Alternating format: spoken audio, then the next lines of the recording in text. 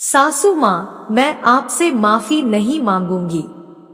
2 दिन से शिवम को बुखार था और जब बच्चों की तबीयत खराब होती है तो उनको बस माँ चाहिए होती है। उनको माँ की गोद के सिवा कुछ अच्छा नहीं लगता है।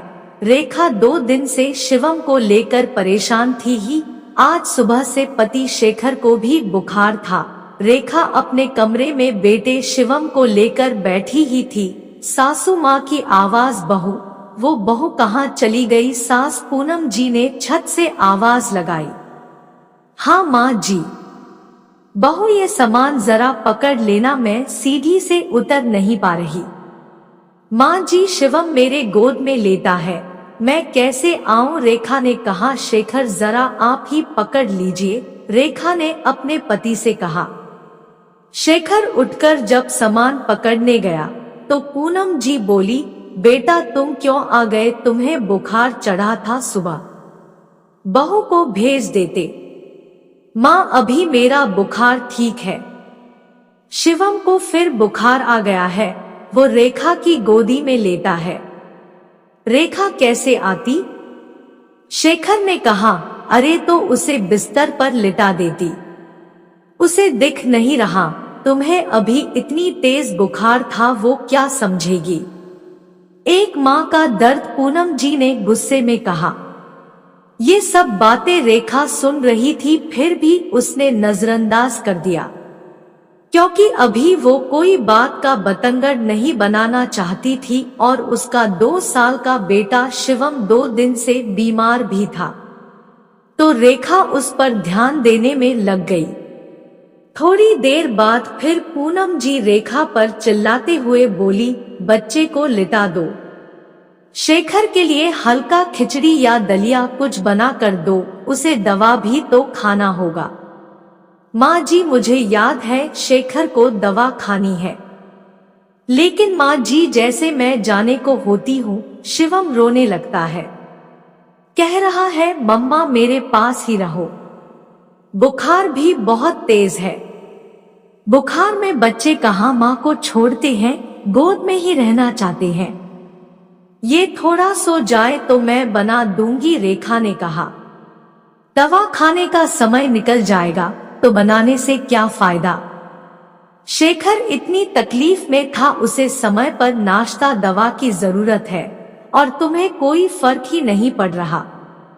पत्थर दिल हो क्या तुम?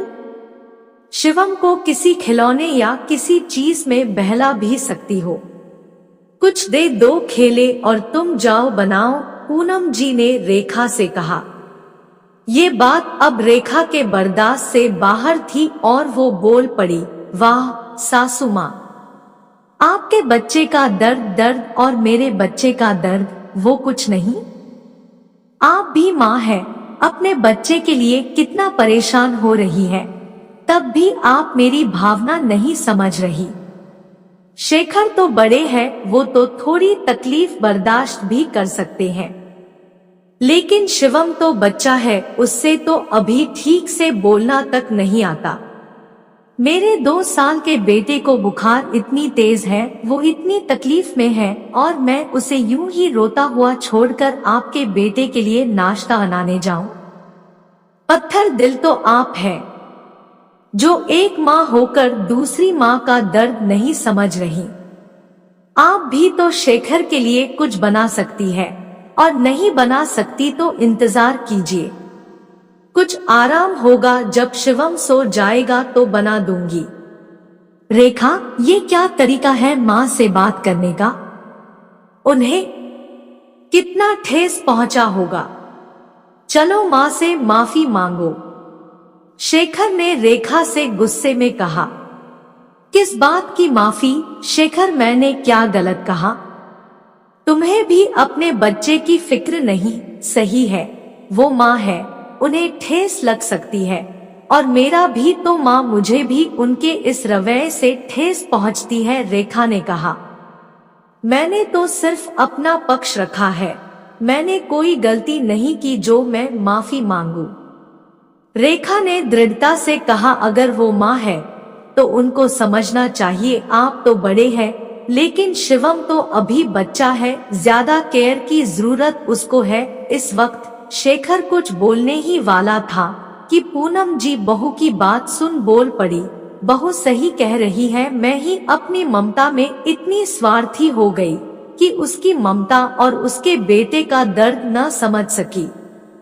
मुझे समझना चाहिए था, वो तो मासूम है, उससे क्या तकलीफ है वो तो बता भी नहीं सकता। तू शिवम को संभाल, मैं दोनों के लिए कुछ खाने को बना लाती हूँ। पूनम जी रसोई घर की तरफ चली गई। दोस्तों, कभी कभी अपना पक्ष भी रखना जरूरी हो जाता है, नहीं तो सामने वाले की आंखों का पर्दा नहीं हटता और ऐसे पड़े पर्दे को हटाना जरूरी होता है। कहानी अच्छी लगी हो तो वीडियो को लाइक करें, साथ ही चैनल पर नए हैं तो चैनल को सब्सक्राइब जरूर कर ले ताकि ऐसी ही वीडियोस आपको मिलती रहे।